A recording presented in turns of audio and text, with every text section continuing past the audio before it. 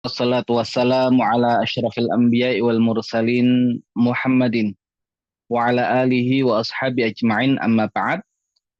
Para peserta kajian tadabbur kisah Al-Quran, Majelis Tadabburi yang dirahmati Allah Subhanahu wa taala. Puji syukur alhamdulillah di malam hari ini Allah Subhanahu wa taala kembali mengumpulkan kita di pembelajaran tadabbur kisah-kisah Al-Quran, dan ini adalah pertemuan yang terakhir di serial tadabbur kisah Nabi Adam alaihissalam, Abul Bashar, Bapak seluruh manusia.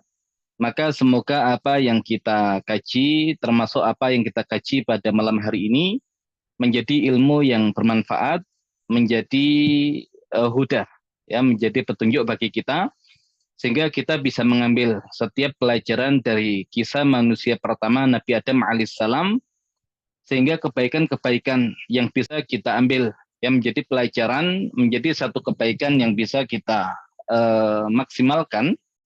Dan seandainya ada hal-hal yang mungkin kurang tepat ya sebagai manusia, maka kita sebagai anak keturunan Nabi Adam bisa mengambil pelajaran dan ibrah dari yang demikian, sehingga kita tidak masuk ke lubang yang sama sebagaimana dahulu ayah kita semua Nabi Adam alaihissalam ya pernah masuk ke dalam satu jebakan iblis, satu jebakan syaitan yang berhasil menginjilkan beliau, sehingga Allah Subhanahu wa taala akhirnya keluarkan beliau dan juga istri beliau dari surganya Allah Subhanahu wa taala. Maka semoga Allah Subhanahu wa taala selalu memberikan taufik dan hidayahnya kepada kita, dan semoga Allah Subhanahu wa taala jaga kita dari tipu daya syaitan, dan semoga Allah Subhanahu wa taala sebagaimana dahulu menempatkan ayah kita semua di surganya, maka semoga Allah Subhanahu wa taala nanti menempatkan kita semua di surganya Allah Subhanahu wa taala. Salawat serta salam semoga tetap terlimpah curahkan kepada junjungan kita Nabi besar Nabi Muhammad sallallahu alaihi wasallam, juga kepada keluarga beliau, para sahabat beliau, dan seluruh umat beliau. Baik para peserta kajian tadabbur kisah-kisah Al-Quran, Majelis Tadabbur yang dirahmati Allah Subhanahu wa taala. Di pertemuan kali ini pembahasan kita adalah tentang Nabi Adam dan ujian terberat manusia. Jadi kita ingin belajar yang mengambil satu ibrah agar ujian yang dahulu Allah Subhanahu wa taala berikan kepada manusia pertama, dan apakah kemudian beliau berhasil atau tidak di dalam menjalani ujian ini, maka Allah Subhanahu wa taala sudah kisahkan kisahnya. Allah Subhanahu wa taala jadikan kisahnya sebagai ibrah dan pelajaran bagi kita.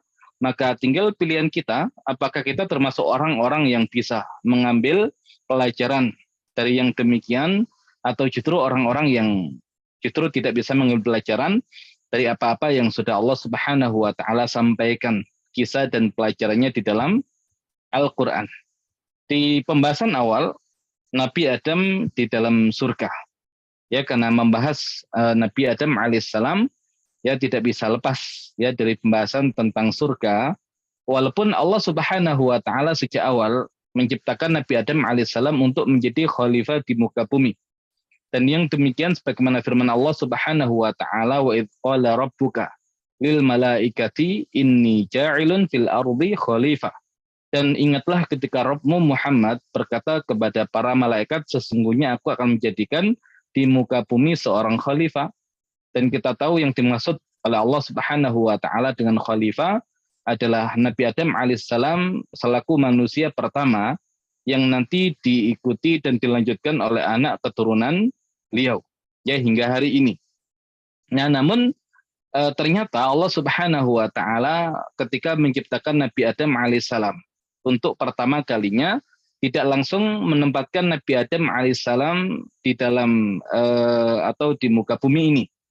Ya, namun justru Allah Subhanahu wa taala menempatkan Nabi Adam alaihissalam di dalam surganya, dan yang demikian sebagaimana firman Allah Subhanahu wa taala di surah Al-Baqarah ayat yang ke-35, Allah Subhanahu wa taala berfirman, wa qulna ya Adam uskun anta wa zawjukal jannah wa kula minha ragadan haitsu syi'tuma wa la taqraba hadhihi syajarah fatakuna minadh dhalimin. Dan kami katakan, wahai Adam, tinggallah kamu dan pasanganmu di surga dan makanlah oleh kalian dari apa yang ada di surga sekehendak kalian dengan sepuas-puasnya. Namun janganlah kalian mendekati pohon ini, dan jika kalian eh, melakukan yang seperti itu maka kalian termasuk ke dalam golongan orang-orang yang zalim.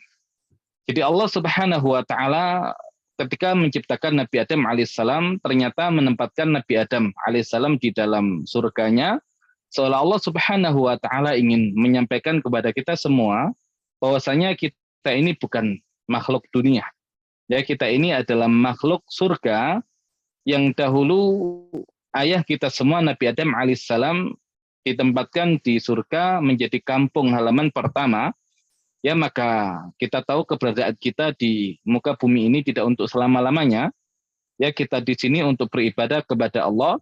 Ya, kita di sini untuk memakmurkan buminya Allah. Ya, dan kita di sini untuk mengumpulkan bekal terbaik untuk kita bawa kembali menghadap Allah Subhanahu wa taala. Nah, maka ini yang perlu kita pahami. Nah, pembahasan tentang ujian, ya ujian untuk Nabi Adam alaihissalam, ya sebagai manusia pertama yang jelas, ya sifat dan karakter yang ada pada beliau akan terwarisi oleh anak keturunannya. Dan ketika Allah Subhanahu wa taala menempatkan keduanya di surga, maka Allah Subhanahu wa taala membahas tentang tema makanan.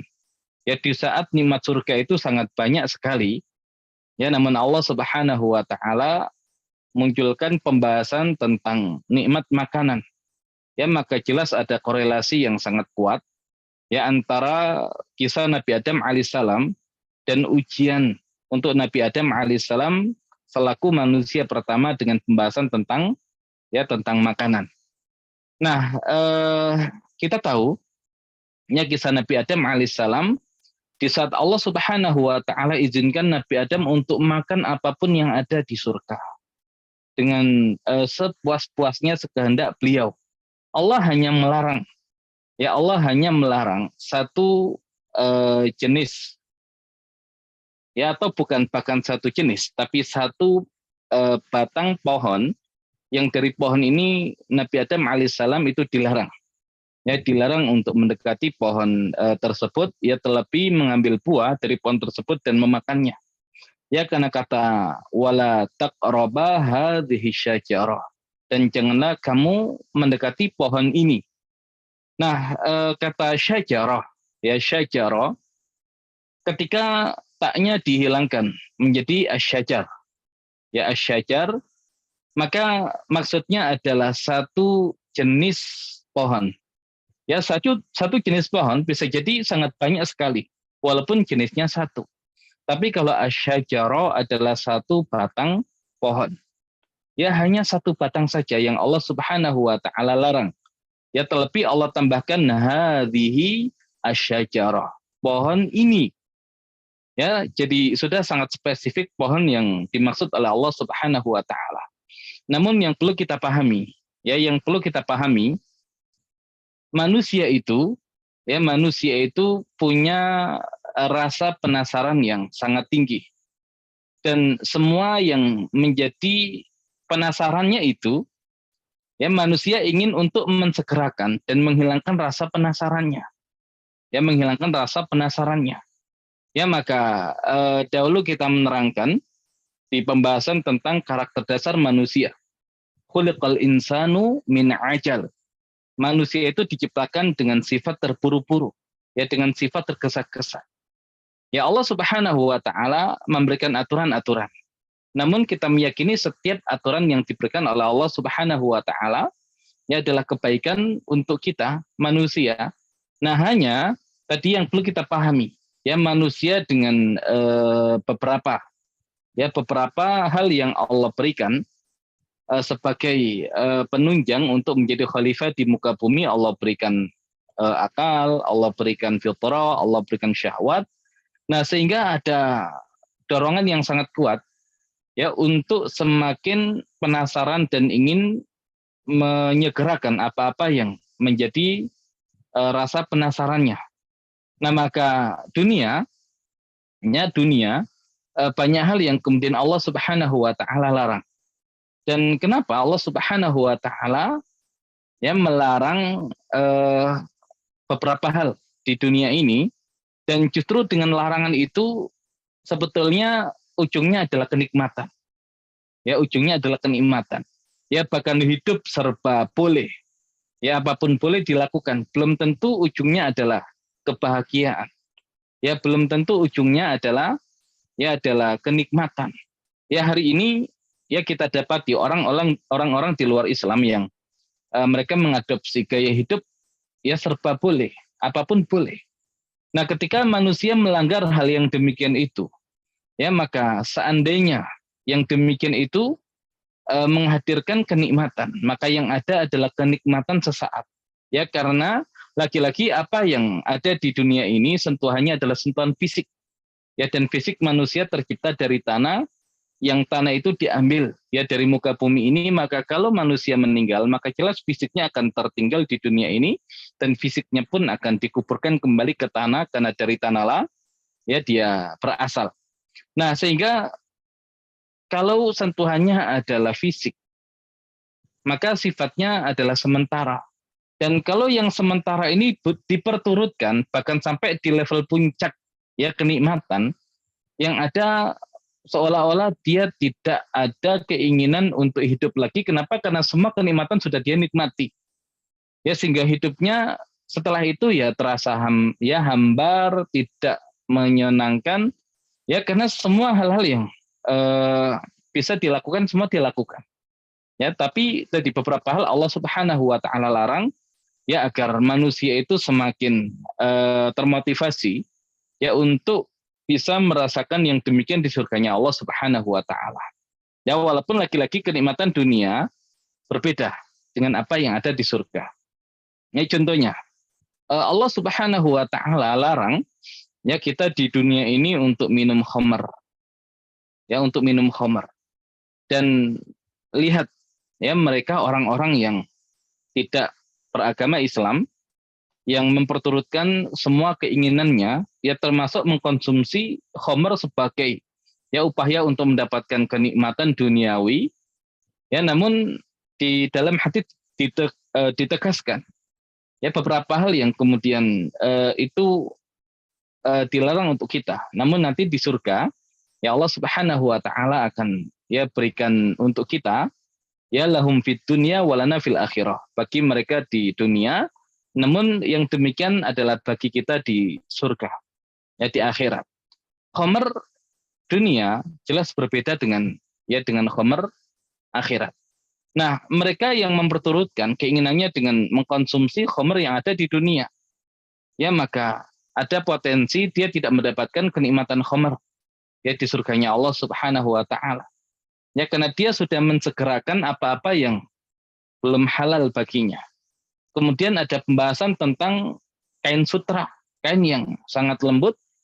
Nah, itu pun dilarang ya untuk golongan laki-laki. Adapun untuk perempuan tidak ada masalah, tapi untuk golongan laki-laki yang demikian dilarang, ya maka bukan berarti nanti di akhirat kita tidak memakai pakaian tersebut. Ya, di dunia dilarang, ya namun insya Allah apa-apa yang dilarang di dunia, ya akan Allah Subhanahu wa taala halalkan, dan akan Allah Subhanahu wa taala berikan yang terbaik. Ya, terbaik ya sebagai ganti atas kesabaran kita untuk mentaati aturan-aturan Allah di dunia ini, sehingga di surga kita mendapatkan kebahagiaan yang maksimal. Ya, kebahagiaan yang maksimal. Nah, maka sama halnya ya kalau kita memperturutkan keinginan kita. Ya, kita makan kemudian sampai batas yang sangat kenyang. Ya, bahkan setelah itu ya terasa makanan nikmat yang dihidangkan di hadapan kita. Ya, tidak terasa nikmat lagi. Ya, bahkan kita merasa tersiksa. Ya, kalau seandainya dipaksa untuk memakan apa yang ada di hadapan kita. Kalau sebelumnya kita puaskan hasrat makanan kita sampai kita ya tidak bisa makan lagi. Ya, karena saking kenyangnya. Ya bukan satu kenikmatan justru, ya malah sesuatu yang awalnya nikmat menjadi satu siksaan tersendiri. Ya, satu siksaan tersendiri. Sama halnya ketika seseorang itu ya dia termotivasi, ya semua aktivitas hidupnya digunakan untuk mengurusi makanan. Ya ingin mencicipi makanan yang paling lezat di muka bumi ini. Nah, seandainya pun ada makanan yang paling lezat di muka bumi ini, ya, maka seandainya dia nikmati itu, maka setelahnya semua makanan itu terasa biasa bagi dia. Atau bahkan makanan-makanan yang lain menjadi tidak enak bagi dia. Ya kenapa? Karena dia sudah mencicipi makanan paling enak, sehingga sesuatu yang rasanya di bawah makanan itu, ya terasa biasa-biasa saja. Tapi bayangkan, ya orang yang kadang makan, kadang tidak. Ya kadang makan, kadang tidak. Nah ketika dia mendapati makanan, ya sekedar nasi dan ikan asin, ya maka yang ada adalah kenikmatan yang luar biasa. Ya kenikmatan yang luar biasa. Nah mudah ya di dunia ini untuk menghadirkan ya kenikmatan dan kelezatan untuk diri kita, tidak selalu kemudian harus mahal, ya tidak selalu kemudian semuanya harus mewah. Ya maka asal kita bisa membatasi diri kita untuk tidak larut ya dengan dunia ini, ya maka dunia masih akan terasa nikmat. Ya tapi kalau kemudian kita turutkan semua yang menjadi kenikmatan dunia, bahkan yang awalnya nikmat, ya menjadi tidak nikmat lagi. Ya menjadi tidak nikmat lagi. Nah, maka kenapa beberapa hal Allah Subhanahu wa taala sengaja haramkan yang demikian di dunia ini? Ya agar nanti di akhirat ya kita mendapatkan yang jauh lebih istimewa. Dan agar kita yang ada di dunia ini motivasinya tidak untuk mengejar dunia. Karena kita ingin merasakan kelezatan dan kenikmatan yang abadi, yaitu kenikmatan yang ada di surganya Allah Subhanahu wa taala. Nah, ini yang perlu kita pahami. Jadi kita ini kebanyakan ya tergesa-gesa, terburu-buru untuk mendapatkan satu kenikmatan. Ya sehingga akhirnya hal-hal yang sudah kita miliki, hal-hal yang sudah kita rasakan terasa tidak nikmat kalau ya kita sampai di level kenikmatan yang tertinggi itu. Ya maka sewajarnya kita menjalani kehidupan yang ada di dunia ini. Nah maka nanti insya Allah ketika kita mengkaji kehidupan para nabi, ya bahkan nabi yang menjadi raja, ya Nabi Daud, bagaimana beliau berinteraksi dengan dunia ini. Ya tidak larut ya dengan menikmati semua yang menjadi kenikmatan dunia. Walaupun bisa jadi hukumnya mubah, ya tapi justru ketika mubah itu diperturutkan semuanya, yang ada hilang kenikmatan hidup itu. Ya hilang kenikmatan hidup itu. Ya maka makanan yang nikmat itu tidak harus mahal. Ya tapi makanan terasa nikmat manakala kita dalam kondisi yang sangat lapar. Ya dalam kondisi yang sangat lapar. Nah, itulah kenikmatan yang sesungguhnya. Maka seseorang bisa mengulang kenikmatan itu berkali-kali. Ya dalam artian ketika dia lapar dia makan. Nanti lapar lagi dia makan lagi. Kenikmatan yang sama. Tapi kalau seseorang itu makan ya sampai kenyang tadi itu atau mencicipi makanan yang cita rasanya itu adalah paling enak di muka bumi, ketika nanti dihidangkan makanan yang sama ya dianggap biasa. Ya dianggap biasa. Nah, makanya bukan itu ya kenikmatan yang sesungguhnya. Ya bukan itu kelezatan yang sesungguhnya. Jadi ya Allah berikan potensi untuk merasakan kenikmatan itu ya bagi kita semua, tergantung ya bagaimana kita menikmati dan menyikapi apa yang ada di dunia ini. Nah hanya saja tadi ya ada hasrat yang sangat kuat dalam diri kita untuk mencegerakan setiap kenikmatan itu. Ya dan semakin dilarang semakin penasaran. Ya semakin dilarang semakin penasaran. Khuliqal insanu min ajal. Ya manusia diciptakan dengan sifat tergesa-gesa. Nah, sehingga ketika Nabi Adam alaihissalam ya dan Bunda Hawa yang Allah Subhanahu wa taala izinkan untuk makan apapun apa yang ada di surga. Hanya satu pohon yang dilarang untuk didekati, apalagi dimakan buahnya. Nah, harusnya Nabi Adam itu fokus pada makanan-makanan yang ada. Ya dan mengabaikan satu pohon itu, tapi justru nah ini sifat manusia. Ya menjadi semakin penasaran. Ya terlebih nanti memang ada bujuk rayu dari setan dan juga sumpahnya setan yang membohongi Nabi Adam ya dan Bunda Hawa ya bahwasanya kalau makan buah dari pohon tersebut ya maka menjadi malaikat atau kemudian kekal di surga. Ya, namun ini hanya satu kebohongan dan ini juga menjadi satu karakter manusia. Ya, karakter manusia dengan semua kecerdasan yang dimiliki itu terkadang jatuh dalam kondisi yang tidak disangka-sangka. Ya, makanya nanti kalau seseorang itu dekat dengan Allah maka setan akan sulit untuk menggelincirkan dia.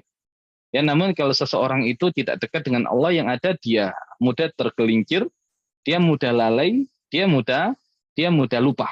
Ya, dia mudah lupa. Nah, sehingga Nabi Adam ya lalai gara-gara bujuk rayu setan. Ya dikatakan bisa lebih mulia daripada malaikat atau menjadi malaikat. Lah, seandainya kemudian makan buah itu sekedar menjadi malaikat, maka Nabi Adam alaihissalam sudah lebih mulia daripada malaikat karena Allah perintahkan malaikat sujud kepada Nabi Adam. Kalau memakan buah itu akan menjadikan Nabi Adam kekal di surga, ya maka harusnya iblis tinggal makan buah dari pohon tersebut, dia tidak harus keluar dari surga. Ya kalau seandainya memakan buah dari pohon tersebut bisa menjadikan kekal di dalam surga. Tapi ya tadi manusia secerdas apapun, selalai apapun, ya kadang lengah. Ya dan justru kemudian jatuh pada hal-hal yang tidak terduga. Nah, setan main di situ. Ya, setan main di situ dan sebagaimana yang pernah kita sampaikan, ya Nabi Adam tergelincir itu faktornya bukan karena tidak punya ilmu. Ya, faktornya adalah lupa. Ya, lupa. Walaqad ahidna ila Adam fanasiya walam najid lahu asma, dan kami membuat perjanjian dengan Adam dan dia lupa, ya kemudian dia lupa dan kami tidak mendapati padanya ada satu azam yang kuat. Dan kalau kita kumpulkan pembahasan tentang lupa di Al-Qur'an, ya di Al-Qur'an, maka lupa itu identik dengan perbuatan setan. Ya, identik dengan perbuatan setan. Nabi Yusuf alaihissalam yang mengatakan kepada salah seorang pemuda yang diyakini akan dibebaskan oleh raja, ya agar menceritakan kisah Nabi Yusuf, ya di mana Nabi Yusuf itu dipenjara tanpa persidangan, ya tanpa alasan dan tuduhan yang jelas. Maka Nabi Yusuf meminta agar pemuda ini menyampaikan yang demikian kepada raja agar Nabi Yusuf diberikan keadilan. Ya, tapi apa yang terjadi? Ya, maka dia dijadikan lupa oleh setan ya untuk mengkisahkan kisah Nabi Yusuf kepada tuannya. Fa'an sahu syaitanu dzikra rabbih, maka setan menjadikan dia lupa untuk menceritakan kisah Yusuf ya kepada tuannya. Dan nanti muridnya Nabi Musa ketika bersamai Nabi Musa dan dipesan oleh Nabi Musa kalau nanti ikan yang mereka bawa sebagai perbekalan itu lompat ke lautan, ya maka di situ tempat mereka nanti bertemu dengan Nabi Khidir, ya laki-laki soleh yang sedang mereka cari. Ya, tapi ketika Nabi Musa tidur, kemudian murid beliau yang dikatakan namanya Yusha' bin Nun itu mendapati ikan tersebut masuk ke dalam air, ya dengan gerakan yang menakjubkan, yang ajaib. Nah, beliau karena adabnya tidak mau membangunkan Nabi Musa. Ya, beliau ingin mengabarkan kepada Nabi Musa kalau nanti Nabi Musa sudah bangun. Ya, tapi ternyata lupa dan apa kata Yusha' bin Nun yang menjadi murid dari Nabi Musa,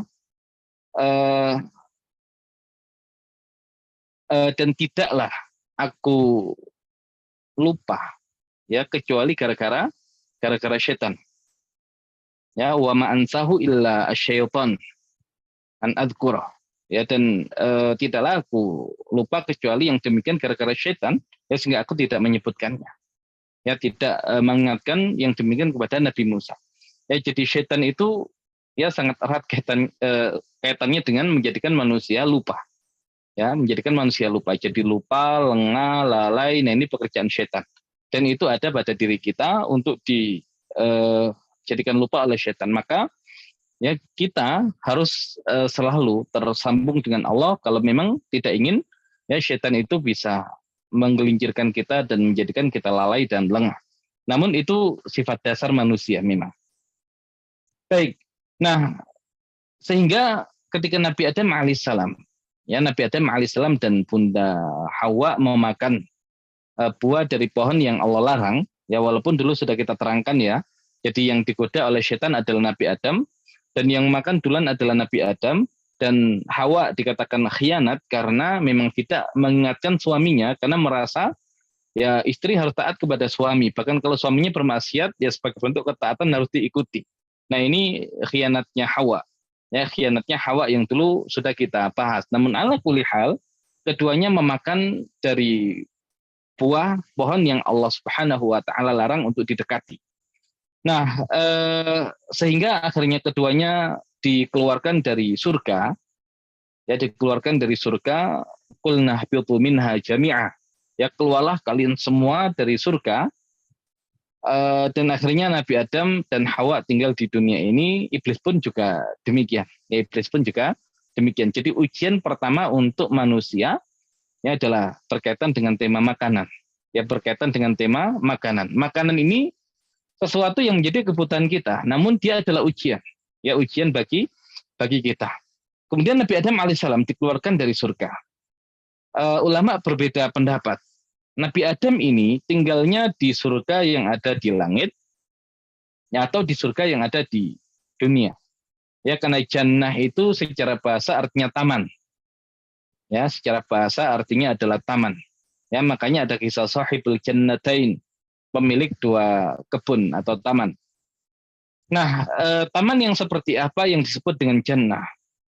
Ya, akar katanya adalah jim, nun dan nun, sama seperti akar katanya jin, karena tertutup, ya tertutup dan tidak terlihat oleh mata karena saking rindangnya pepohonan yang ada di dalamnya, dan biasanya jannah ini secara letak itu berada di atas gunung, ya berada di atas gunung. Ya makanya sejuk, rimbun, matahari, ya sinar dan panasnya tidak menyengat. Nah ada di situ. Nah ulama berbeda pendapat. Nabi Adam ini tinggal di surga langit atau di kebun yang ada di dunia. Sebagian mengatakan Nabi Adam itu ya karena sejak awal Allah jadikan khalifah di muka bumi, maka jannahnya adalah jannatun fil ard. Ya, taman atau kebun yang ada di muka bumi. Namun ulama yang lain mengatakan tidak. Ya, Nabi Adam itu ada di surga yang ada di langit. Nah, apakah sama surganya Nabi Adam yang dahulu ditempati oleh beliau dan Hawa dengan surga yang nanti Allah Subhanahu wa taala sediakan bagi manusia, bagi orang-orang yang beriman yang masuk ke dalam surganya Allah Subhanahu wa taala? Ya, bukankah surga itu manusia kekal di dalamnya? Tapi kenapa Nabi Adam dan Bunda Hawa itu kok tidak kekal di dalam surga? Ya tidak kekal di dalam surga. Nah makanya ini yang menjadikan sebagian ulama mengatakan kalau begitu bukan surga yang ada di langit, tapi kebun yang ada di muka bumi. Karena kalau seandainya Nabi Adam itu tinggalnya di surga yang ada di langit, karakter surga di langit, yang menjadikan setiap yang masuk di dalamnya menjadi orang-orang yang kekal di dalamnya, tapi Nabi Adam dan Bunda Hawa kok tidak kekal? Ya jangan-jangan bukan surga yang ada di langit. Nah, sebagian mengatakan ini surga yang ada di langit. Ya, namun memang Allah jadikan surga ini sebagai ujian untuk Nabi Adam dan Bunda Hawa. Ya jannatu al-ibtila. Ya surga tapi dia untuk ujian. Ya surga tapi dia untuk ujian. Nah, adapun surga nanti di hari kiamat, ya di akhirat kelak itu adalah surga yang dia adalah jannatu al-jaza. Ya surga yang merupakan balasan. Nah, karena dahulu adalah jannatul ibtila, surga ujian, ya hanya ujian saja. Ya paling tidak agar kita tahu kita ini makhluk surga. Ya karena ayah kita semua pertama kali ditempatkan di surga. Ya namun karena hanya ibtila, hanya ujian, dan ternyata memang Nabi Adam dan Bunda Hawa tergelincir ya dengan ujian itu, dan pelajarannya pun agar manusia tidak mengulang hal yang sama. Ya dan syaitan pun nanti akan masuk di ranah itu. Ya syaitan pun akan masuk di ranah itu. Nah, adapun nanti surga di hari kiamat. Ya insya Allah, ya setiap yang masuk di dalamnya akan kekal. Khalidina fiha abada. Ya, mereka kekal di dalamnya selama-lamanya. Nah, apakah masih ada pohon yang dahulu Allah Subhanahu wa taala larang Bunda Hawa ya dan Nabi Adam untuk mendekati pohon tersebut? Ya, jangan-jangan kalau pohonnya masih ada, kemudian kita nggak sengaja makan. Oh, jangan-jangan kita nanti dikeluarkan juga dari surga. Tidak demikian. Ya, sudah beda kondisinya. Kalau dahulu adalah jannatu al-ibtila, kalau nanti di akhirat adalah jannatu al-jaza, surga yang merupakan balasan atas setiap amal kita, dan kita insya Allah ya akan kekal di dalam ya surganya Allah Subhanahu wa taala. Nah, apakah masih ada pohonnya? Ya wallahu alam. Tapi apakah kemudian ada hal-hal yang Allah larang untuk dilakukan oleh penghuni surga? Maka jawabannya tidak. Apapun yang diinginkan oleh penghuni surga maka akan Allah Subhanahu wa taala kabulkan. Ya kan, Allah Subhanahu wa taala kabulkan, dan bahkan Allah berikan tambahan ya kenikmatan-kenikmatan yang lain. Nah, di surat Qaf ayat yang ke-35 Allah Subhanahu wa taala berfirman, lahum ma yasha'una fiha waladaina mazid. Bagi mereka apa-apa yang mereka kehendaki di dalam surga itu, waladaina mazid. Dan di sisi kita ada tambahan. Ya, di sisi kita ada tambahan lagi. Nah, maka apapun yang nanti kita inginkan di surganya Allah Subhanahu wa taala akan Allah kabulkan, ya akan Allah kabulkan sesuai dengan kehendak kita, dan nanti ketika Allah Subhanahu wa taala kabulkan, bukan sekedar Allah kabulkan, ya namun Allah Subhanahu wa taala berikan ya tambahan kenikmatan-kenikmatan yang lain. Nah, kemudian kalau ada pertanyaan, ya boleh nggak kita itu meminta buah khuldi di surganya Allah? Atau kemudian anak kecil, ada nggak mobil-mobilan di surga? Ya, atau kemudian beberapa pertanyaan yang itu berkaitan dengan apa yang ada di dunia ini, ya kita tidak bisa mengatakan kemudian ada atau tidak ada. Ya, ada atau tidak ada. Jelas beda kehidupan dunia dengan kehidupan akhirat, ya, dan beda apa yang menjadi pemikiran yang ada di dunia dengan apa yang ada di akhirat. Maka cukup ayat ini, ya surat Qaf ayat yang ke-35 menjadi satu jawaban ya untuk pertanyaan-pertanyaan itu. Lahum ma yasha'una fiha waldaina mazid. Bagi mereka apa yang mereka kehendaki di dalam surga itu, dan akan kami berikan tambahannya. Silakan apapun yang diinginkan, ya akan Allah Subhanahu wa taala berikan. Namun yang tidak kita ketahui apa yang nanti akan diinginkan ahli surga. Ya, jadi jelas cara berpikir kita beda. Ya, sama orang miskin dan orang kaya saja beda. Ya, cara berpikirnya. Ya, apalagi kalau kemudian sudah ada di surga. Ya, orang miskin itu selalu berpikir, ya gimana ya caranya punya rumah yang bagus. Ya, rumah yang bagus. Dan saatnya dikasih pilihan, pengen apa? Ya, dia mengatakan pengen rumah yang bagus. Ya, satu lantai nggak apa-apa, yang penting bagus. Ya, kemudian ditanya orang miskin pengen apa? Ya, pengen motor. Ya, kemudian pengen mobil. Ya, merek ini, merek ini. Nah, nanti kalau dia naik secara ekonomi, ya maka ketika ditanya apa yang diinginkan, ya apakah masih ingin mobil ya dengan merek yang dulu dia inginkan? Lah enggak, udah nggak mau itu lagi. Ya beda levelnya. Ya apakah ingin motor seperti yang dahulu dia inginkan? Ya enggak, sudah beda lagi. Nah, masih sama-sama hidup di dunia. Kalau taraf hidupnya sudah berbeda, keinginannya sudah berbeda. Ya, anak kecil yang ketika ditanya apa sih yang paling kamu inginkan, mobil-mobilan. Lah ketika dia dewasa ditanya apa yang kamu inginkan, ya jelas bukan mobil-mobilan. Lah di dunia saja karena faktor perbedaan usia, keinginannya pun sudah berbeda. Ya, maka jangan menghukumi apa yang ada di surga dengan sekedar keinginan yang ada di dunia. Tapi yakini saja apapun yang nanti diinginkan oleh penduduk surga, maka Allah Subhanahu wa taala akan kabulkan, dan bahkan akan Allah Subhanahu wa taala berikan tambahan. Maka tidak perlu kemudian bertanya, ya apakah boleh meminta pohon khuldi, buah khuldi, memakan buah khuldi. Lah nggak usah mikir yang demikian. Ya, nggak usah mikir yang demikian. Nah, kemudian kalau Nabi Adam ya di surga itu Allah uji dengan tema makanan, dan setan pun sama nantinya mengulang kembali kesuksesannya untuk menggelincirkan Nabi Adam dan Bunda Hawa ya lewat jalur makanan eh, dengan menggunakan makanan ini ya untuk menggelincirkan manusia yang ada di dunia ini. Ya karena makanan itu kebutuhan fisik dan kita tahu fisik kita itu tercipta dari unsur tanah yang selalu ya memperturutkan ya tabiatnya ya berbeda dengan jiwa.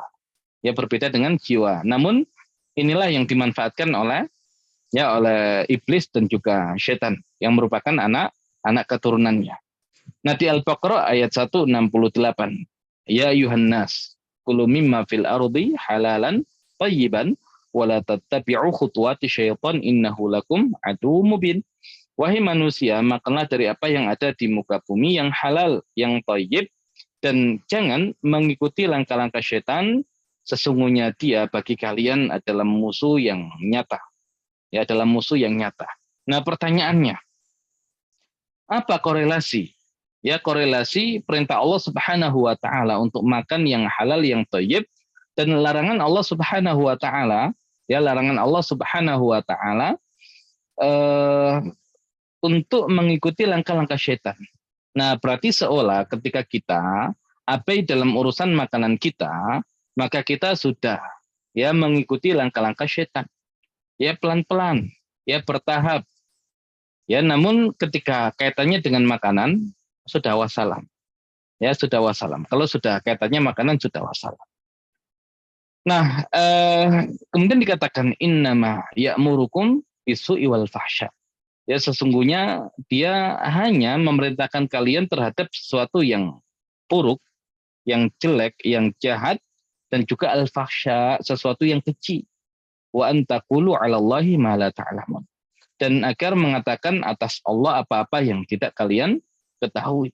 Jadi suudzon kepada Allah kemudian eh, tidak baik adabnya kepada Allah ataupun mengatakan hal-hal yang tidak layak untuk dinisbatkan kepada Allah. Dan itu kerjaan syaitan. Dan ternyata yang digunakan oleh syaitan wasilahnya adalah makanan. Ya, wasilahnya adalah makanan. Nah, ya sehingga keberhasilan syaitan menggelincirkan Nabi Adam lewat makanan. Ya, kemudian di dunia ya lewat makanan juga. Nah, kalau ya dahulu kita bahas ya pengaruh syaitan terhadap manusia. Kan kita mengatakan ya bahwasanya syaitan itu tidak punya kekuatan untuk mengendalikan manusia.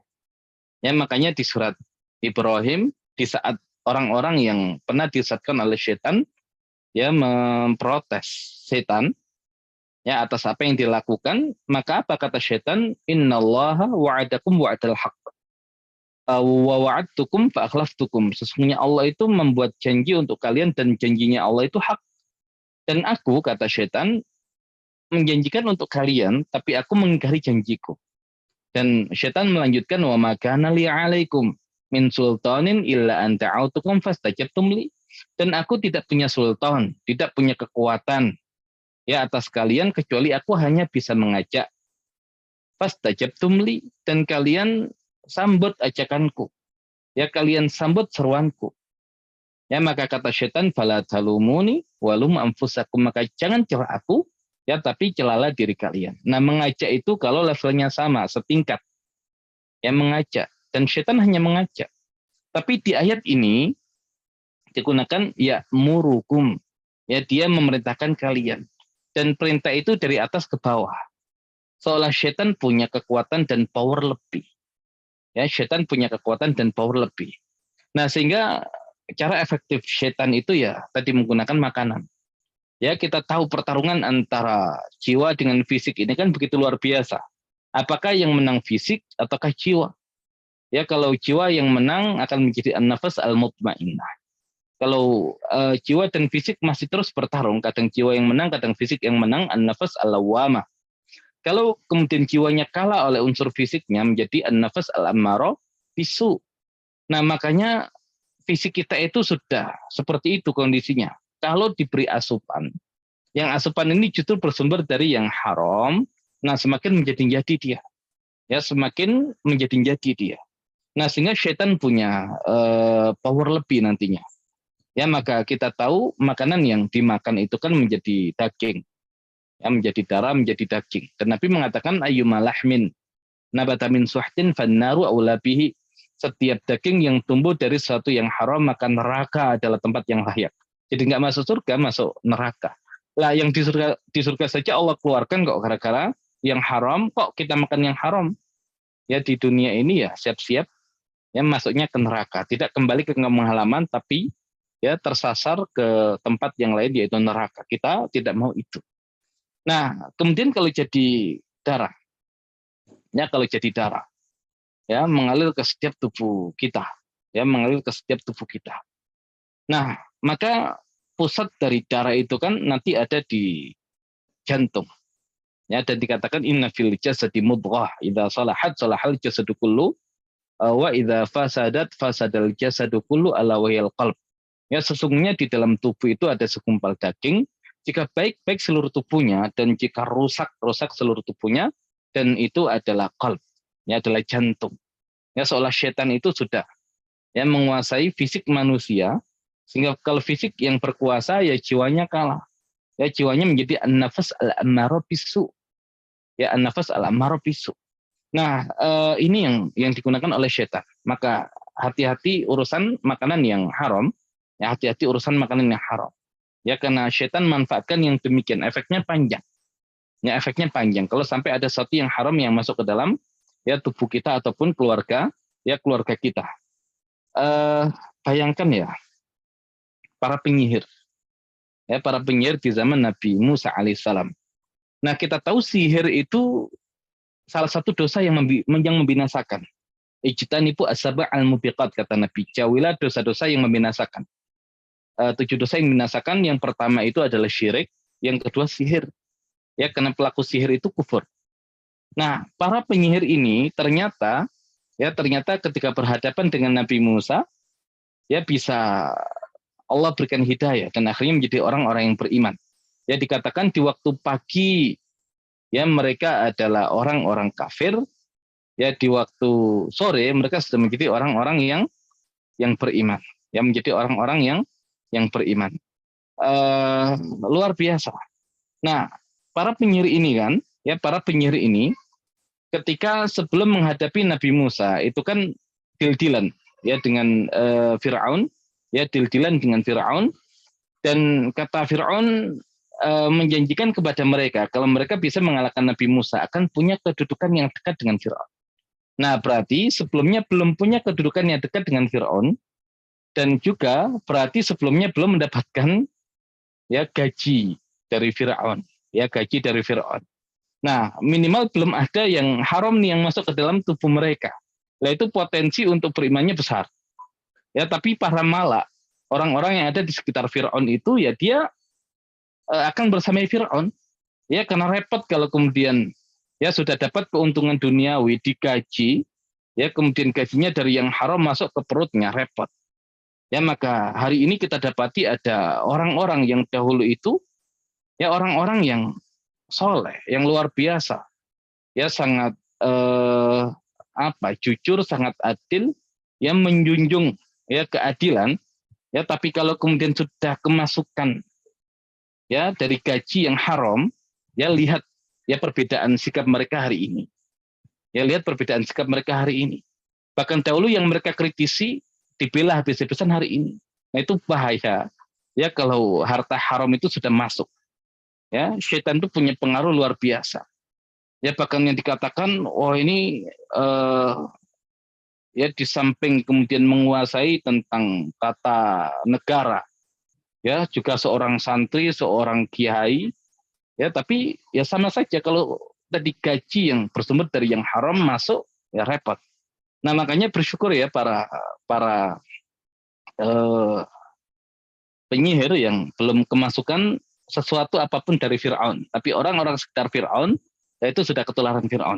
Ya, dan habis-habisan membela Firaun ya dengan semua argumennya, ya terlebih kalau kemudian punya keahlian yang bisa membolak-balikan fakta, ya dengan mengatakan apapun bisa dibeli, ya apapun bisa dimainkan. Ya, yang dulu mungkin memainkan itu untuk kebaikan, ya gara-gara sudah digaji, ya yang ada kemudian mainkan ilmunya itu untuk keburukan. Ya, dan ini semua perangkap setan, ya perangkap setan. Ya makanya dari sekedar ya gaji yang tidak seberapa, ya kalau sudah masuk efeknya luar biasa. Ya efeknya luar biasa. Nah, ini yang digunakan oleh setan. Ya ketika yang haram sudah masuk ke dalam tubuh manusia, maka dia punya kekuatan lebih untuk mendorong manusia ini mengerjakan ya kejahatan. Maka yang ada semakin jauh dari kebenaran. Yang ada semakin dia menikmati uang haram yang dia dapatkan itu. Nah, ini yang perlu kita pahami. Kemudian di surat Al-A'raf ayat yang ke-31. Ya, dahulu kita bahas tentang penggunaan panggilan-panggilan untuk manusia. Di Al-A'raf ayat 31 Allah Subhanahu wa taala berfirman, "Ya Bani Adam, wahai anak turun Adam, khudzu zinatakum inda kulli masjidin." Pakailah pakaian kalian yang bagus. Ya, setiap kali masuki masjid. Ya, bukan sekedar bagus itu ya mahal. Ya, bukan sekedar bagus itu ya terlihat mewah. Apalah pakaian yang mahal? Ya, apalah arti pakaian yang mahal? Ya, apalah arti pakaian yang mewah? Kalau tidak menutup aurat, ya sholatnya nggak sah. Ya sholatnya nggak sah, orang nggak menutup aurat kok gitu. Jadi minimal sebelum masuk ke tataran keindahan pakaian, ya perhatikan aurat dulu. Ya perhatikan aurat dulu. Nah, kenapa dimunculkan tema pakaian ketika memanggil ya Bani Adam? Ya karena tujuan setan itu membuka aurat manusia. Dan kata aurat, ya aurat dari kata ar itu artinya kehinaan. Ya jadi aurat itu adalah bagian tubuh yang kalau dibuka itu menjadikan pemiliknya itu hina.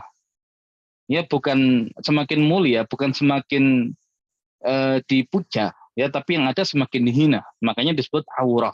Aurah adalah bagian tubuh yang ketika terbuka, ya maka dia layak untuk dihina.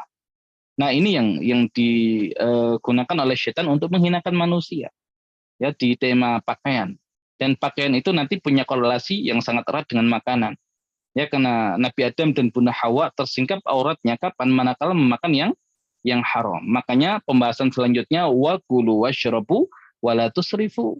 Ya makan dan minumlah tapi jangan berlebih-lebihan. Innahu la yuhibbul musrifin. Ya sesungguhnya Allah Subhanahu wa taala tidak menyukai orang-orang yang berlebih-lebihan. Ya, tidak menyukai orang-orang yang berlebih-lebihan. Nah, disebut ya Bani Adam agar kita teringat ya wahai anak keturunan Adam, ingat kisah Adam. Ya ayah kalian semua, apa yang terjadi dengan dia? Ya apa yang terjadi dengan dia? Nah, sehingga di bahas tentang tema pakaian, kemudian dibahas tentang tema ya makanan dan minuman dan juga tadi larangan untuk berlebihan. Baik. Nah, ketika kita ada kebutuhan berkaitan dengan makanan, ya, ya makanan kebutuhan kita nggak bisa hidup ya tanpa makan. Nah, namun ya kalau kemudian kita pahami hukum asal makanan adalah halal, ya hukum makanan adalah halal. Nah, sehingga kalau hukum asal makanan adalah halal, ya maka sangat banyak sekali makanan halal yang bisa kita konsumsi. Nah, berarti yang haram itu sedikit. Ya, makanya yang haram itu sedikit. Tapi lagi-lagi tadi rasa penasaran manusia.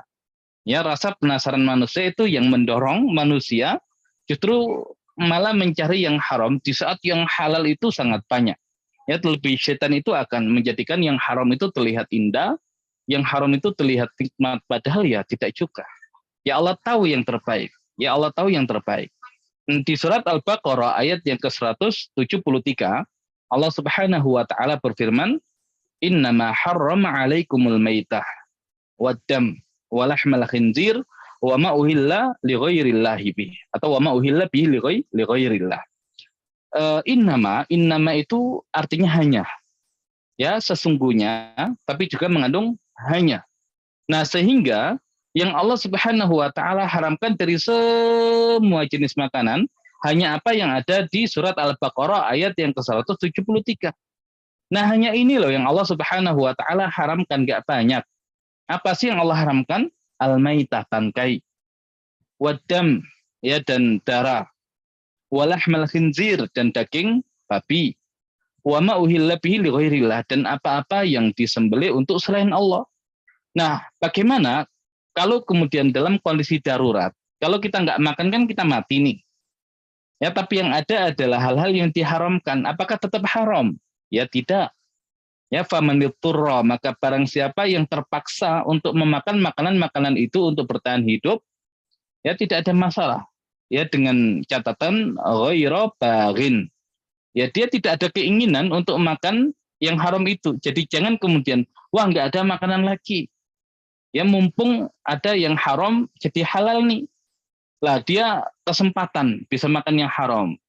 Nah, dia bahkan bangga ketika makan yang haram. Tidak demikian. Itu namanya baghin. Ya, dia ada keinginan makan yang haram. Enggak, ya kita enggak ada keinginan. Ya ghairu baghin. Nah, ketika makan itu sekedar bisa bertahan hidup. Bukan mumpung yang haram dibolehkan dimakan dengan sekenyang-kenyangnya, tidak. Wala adin, dan tidak melampaui batas, fala itsma alaih, maka tidak ada dosa atasnya. Innallaha ghafurur rahim, sesungguhnya Allah itu Maha Pengampun, ya lagi Maha Penyayang. Dan dahulu kita bahas di kajian Al-Asmaul Husna, nama Ghafur dan Rahim kenapa dimunculkan di ayat ini. Nah, bayangkan hukum asal makanan itu halal.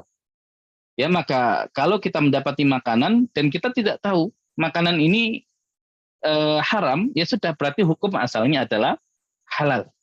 Ya, terlebih kita tinggal di negara mayoritas Muslim, ya, maka yang ada di sekitar kita ya kita hukumi halal. Kecuali ya kalau kita mendapatkan informasi kalau makanan tersebut atau minuman tersebut haram, nah itu baru berubah hukumnya menjadi haram. Tapi hukum asal makanan halal. Selama kita tidak tahu itu haram, dia halal. Ya, dia halal. Nah, sehingga yang diperlukan itu bukan label halal, ya label haram. Ya, tapi mana ada orang yang mau ya mendaftarkan produknya kemudian malah dilabeli haram? Ya jelas nggak mau. Ya jelas nggak mau. Ya, tapi dengan halal ini kan minimal tadi ya dipastikan apa yang eh, ya diedarkan dari produknya itu adalah suatu yang halal. Nah, namun ketika kita dapati satu produk kok nggak ada logo halalnya, nggak ada label halalnya, ya hukum asal makanan halal, ya insya Allah halal. Ya asal tidak abai, ya asal tidak abai dan tidak kemudian kok kayaknya ini haram ya. Ya, tapi selama saya nggak tahu haram, sudah, ya nggak begitu. Itu kan nanti ada ya ada upaya untuk menghindari yang syubhat. Ya, upaya untuk menghindari yang syubhat. Makanya sahabat ketika terlanjur makan yang syubhat, ya mereka muntahkan. Makanya ada pembahasan muntah dengan sengaja. Ya kok bisa muntah dengan sengaja ya? Karena tadi ya saking khawatirnya yang dimakan itu jadi sumber masalah, sumber bencana. Ya karena ada indikasi yang dimakan haram, walaupun masih syubhat. Nah, kalau kita mendapati sesuatu yang syubhat ya jangan. Ya kecuali kalau kita tidak mendapati bahkan sekedar syubhat pun ya hukum asalnya adalah halal. Jadi Allah itu hanya mengharamkan 4 poin tadi. Semuanya halal. Ya maka kelewatan manusia kalau hanya dilarang 4 ini malah melanggar. Ya malah melanggar. Ya nggak usah kemudian kita dengan penasaran itu yang ada, jadikan penasaran itu terhadap apa yang ada di surga. Makanya dikatakan surga itu malah ainun ra'at wala udhunun sami'at wala khatara ala qalbi bashar. Ya sesuatu yang belum pernah dilihat oleh mata, belum pernah didengar oleh telinga dan belum terlintas apa yang ada di pikiran manusia. Maka apapun yang kita bayangkan tentang surga, ya surga nggak begitu. Lebih indah lagi. Nah, itu harusnya menjadikan kita penasaran. Sehingga bagaimana kita bisa memuaskan rasa penasaran kita? Ikuti semua aturan Allah. Jadi jangan kemudian malah dimanfaatkan rasa penasaran ini terhadap hal-hal yang diharamkan oleh Allah Subhanahu wa taala. Ya tidak demikian. Nah, jadi ada pembahasan nanti yang haram itu secara zatnya, haram cara memperolehnya. Nah, baik tadi haram secara zatnya ternyata hukum asal makanan halal, sedikit saja yang zatnya itu diharamkan ya oleh Allah Subhanahu wa taala. Kemudian nanti ada haram cara memperolehnya. Itu berkaitan dengan dengan riba dan yang lain-lain. Ya dengan riba dan yang lain-lain. Syaitan juga main di sini. Jadi samping makanan-makanan yang zatnya itu haram, syaitan juga main di masalah muamalah. Ya bagaimana cara memperoleh harta itu? Karena harta yang awalnya zatnya baik, zatnya halal bisa jadi haram ketika diperoleh dengan cara yang haram. Nah, di surat Al-Baqarah ayat 275 ya nanti panjang Allah bahas riba dan beberapa muamalah yang lain. Ya, tapi di ayat ini Allah Subhanahu wa taala berfirman, alladzina ya'kuluna riba. la yaqumuna illa kama yaqumu alladzi yatakhabbatu syaitanu minal mas. Orang-orang yang makan riba tidak dapat berdiri melainkan seperti berdirinya orang yang kemasukan setan karena sebab gila, kesurupan. Nah, dia mengatakan ini nanti adalah kondisi para pemakan riba di hari kiamat yang jalannya itu sempoyongan seperti orang kesurupan. Ya tidak sanggup ya berdiri secara tegak. Namun hari ini ya kalau kita dapati ekonomi yang berbasis ribawi atau perbuatan-perbuatan orang yang itu masuk ke ranah riba. Nah, itu kayak orang kesurupan. Ya gila hartanya luar biasa. Ya tidak peduli, kemudian harus menyita motor orang, menyita mobil orang, menyita rumah orang, mengusir orang dari rumahnya, ya hanya karena tadi memuaskan syahwat nafsunya itu untuk mendapatkan dunia ini. Ya kayak orang kesurupan, ya hilang kemanusiaannya, dan hari ini kita dapati, yang demikian, bahkan menjadi satu institusi yang di dalamnya banyak orang-orang yang terlibat.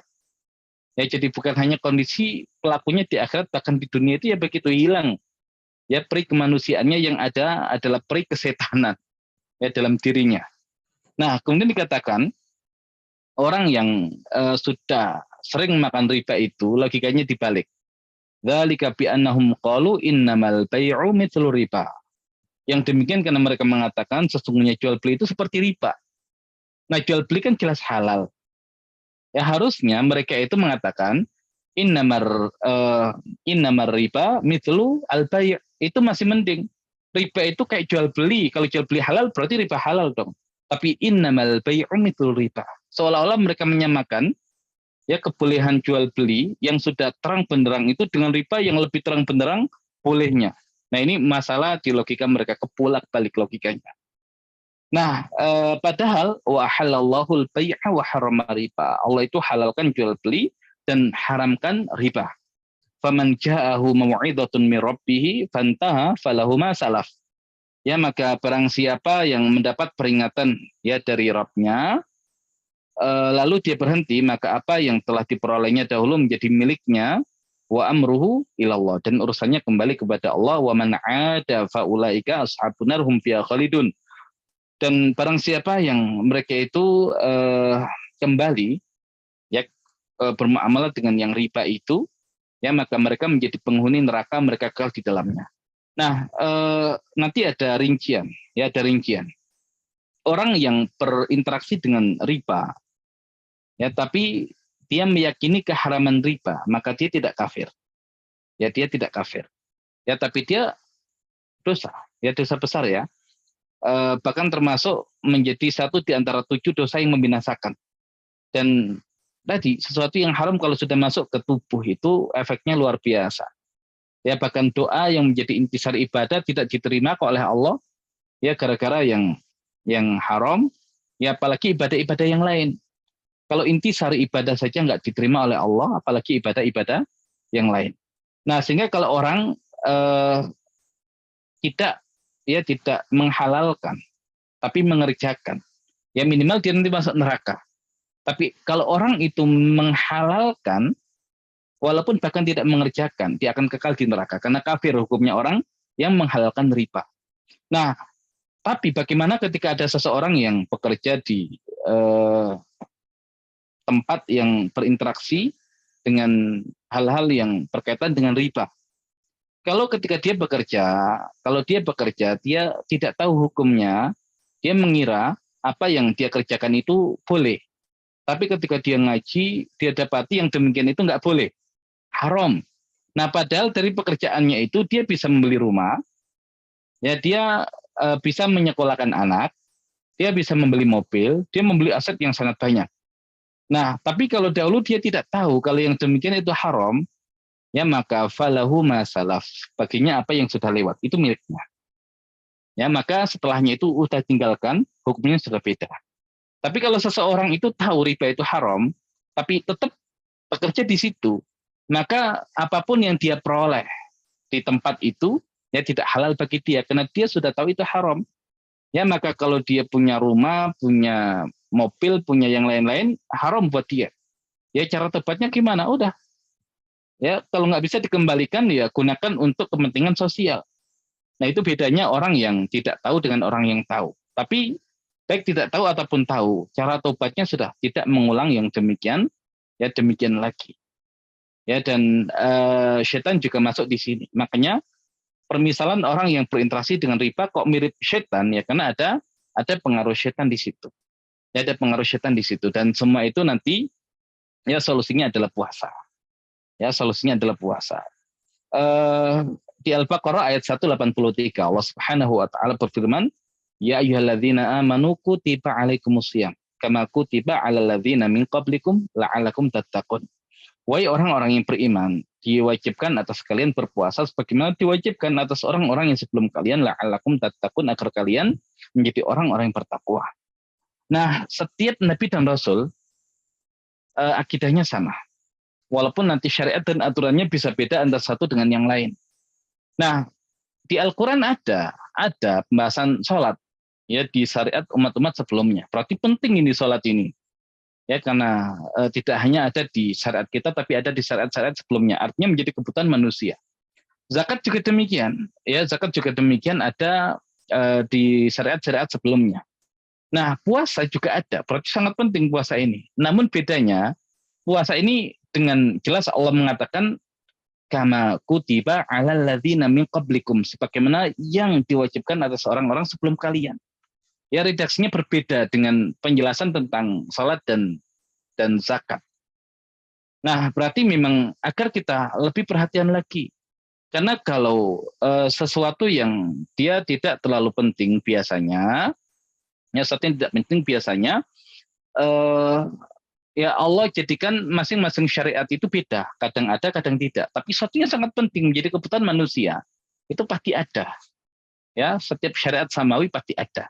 Nah, tapi kalau sampai dikatakan kama kutiba alal ladzina min qablikum agar kita ngeh, oh ini berarti sangat penting dan menjadi kebutuhan manusia. Nah, puasa itu kan bayangkan yang halal saja nggak kita makan loh. Ya karena kita taat kepada Allah, nggak ada yang lihat kok, hanya Allah. Ya, berarti menaikkan level muraqabah. Ya, sehingga selesai puasa itu kan Idul Fitr. Al Fitr bisa artinya kembali makan. Makan dalam artian sesuai dengan aturan Allah atau Idul Fitr katanya dengan fitrah. Karena fitrahnya yang menang. Ya, karena tidak berturutkan ya hawa nafsunya berkaitan dengan urusan makanan tadi itu. Nah, di dalam hadis ya Nabi Shallallahu Alaihi Wasallam menjelaskan kan kita ini ya hidup itu kan bukan untuk makan, walaupun kita makan untuk hidup. Nah, berarti kadar minimal makan untuk hidup itu seberapa? Nah, ini konsep makan. Ya kata Nabi, ya seseorang ya tidaklah seseorang itu memenuhi wadah yang lebih buruk daripada perutnya, lambungnya. Ya, sehingga seseorang itu kalau makan kalau bisa hanya sekedar kan ya sekedar meluruskan tulang punggungnya. Jadi ini yang terbaik ya. Makan sekedar meluruskan tulang punggung. Nah ini wallahualam ya. Apakah kemudian dimaknai hanya secara zahir? Ya sedikit makan asal kemudian sudah. Tapi apakah sedikit makan, tapi untuk nutrisi juga perlu diperhatikan. Ya karena satu kezaliman kalau tubuh kita tidak dipenuhi nutrisinya. Jadi walaupun sedikit, ya tapi pastikan nutrisinya terpenuhi. Nah itu sekedar bisa menegakkan tulang punggung. Nah kata Nabi kalau nggak bisa, ya kalau nggak bisa, ya maka sepertiga untuk makanan, ya sepertiga untuk minuman, sepertiga untuk udara. Nah kalau nggak bisa di level yang pertama, level yang kedua. Nah kalau nggak bisa begitu, ya udah nggak apa-apa. Ya lewat sepertiga kan nggak dosa. Tapi asal jangan berlebih-lebihan. Walatus ribu tadi. Ya jangan berlebih-lebihan. Nah karena Allah itu tidak menyukai yang berlebih-lebihan. Nah apalagi sampai ke level yang lebih buruk lagi, ya makan dari satu yang haram. Nah itu sudah keluar dari konsep yang diajarkan oleh Allah Subhanahu wa taala. Jadi intinya ya visi kita ini perlu kita tekan sekuat-kuatnya agar yang kuat adalah jiwanya. Makanya ulama mengatakan kullama ja'a al-insan safa qalbuhu. Ya setiap kali manusia itu lapar, pasti jiwanya itu, hatinya itu menjadi bersih. Ya hatinya menjadi bersih, menjadi tenang gitu ya. Ya, nah ini karena setan mainnya di situ. Ya, setan mainnya di situ. Nah ini yang perlu kita pahami. Jadi di Al-Quran dikatakan ya ayyuhar rusul, ya kulu minat thayyibati wa'malu sholihah. Wahai para rasul, makan yang thayyib dan kerjakan amal soleh. Nah, berarti kalau makanannya itu thayyib, mudah mengerjakan amal soleh. Ya bukan sekedar halal ya, thayyib. Ya karena halal belum tentu thayyib. Levelnya thayyib, mudah beramal soleh. Ya walaupun kalau nggak bisa thayyib, halal ya tadi setan pun sudah masuk juga. Ya karena halal tapi nggak thayyib, ya tadi agak sakit-sakitan.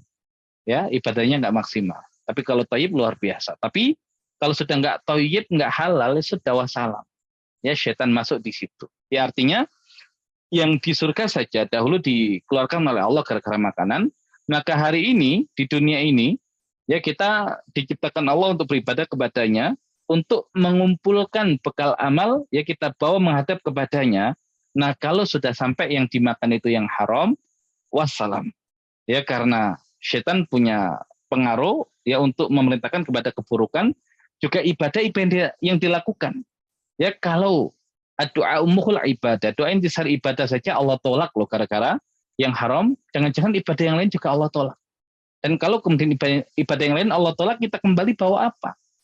Yang ada bukan kembali ke surga, tapi kembali ke neraka. Ya sebagaimana sabda Nabi tadi, ayyumalahmin nabata min suhtin fannaru aula bihi. Ya setiap daging yang tumbuh dari sesuatu yang haram, maka neraka adalah tempat yang layak untuknya. Ya pahami manusia itu tadi rasa penasarannya tinggi, tapi jadikan rasa penasaran itu tidak untuk melanggar aturan Allah, tapi menjadi motivasi kita untuk semakin penasaran bagaimana tinggal di surganya Allah, sehingga semakin taat kepada Allah. Nah, yang berikutnya, ya pahami tadi yang di surga saja Allah keluarkan gara-gara makanan, maka jangan sampai kita mengulang yang demikian. Ya, jangan sampai kita mengulang yang demikian. Dan Nabi Adam, ya Nabi Adam itu tergelincir bukan karena nggak punya ilmu, tapi lengah saja. Berarti ada potensi kita lengah. Nabi Adam itu tergelincir bukan karena tidak punya ilmu, tapi lupa. Nah, berarti hati-hati dengan sering-sering lupa. Ya, dan Nabi Adam itu yang punya ilmu saja masih bisa digelincirkan oleh setan, apalagi kalau kita nggak punya ilmu, lebih mudah sekali setan menggelincirkan. Nah, makanya kalau karakter dasar manusia adalah jahil, nah itu setan senang, ya maka untuk menaikkan level kemanusiaan kita, ya maka jadilah orang-orang yang berilmu. Kalau kemudian belum bisa menjadi orang yang berilmu, minimal menjadi tulabul ilmi yang tidak pernah ya merasa capek, tidak pernah lelah untuk kemudian terus belajar, ya terlebih mengkaji ayat-ayat Al-Quran yang dia adalah huda, ya petunjuk bagi kita dalam kehidupan kita. Dan insya Allah kalau Al-Quran adalah huda bagi kita, ya maka hidup kita akan terbimbing, dan kalau hidup kita terbimbing maka insya Allah jalan kita ya untuk menuju surganya Allah Subhanahu wa taala akan dimudahkan semudah-mudahnya. Ya demikian barangkali yang bisa disampaikan ya di pertemuan kali ini. Jadi ternyata ujian terberat bagi manusia adalah makanan. Ya, kebutuhan, tapi ternyata setan main di situ sehingga menjadi sesuatu yang sangat berat hari ini ya bagi kita. Tapi kalau kita selamat, insya Allah surga. Tapi kalau kita nggak selamat, ingat yang sudah menunggu adalah neraka. Wallahu a'lam bishawab.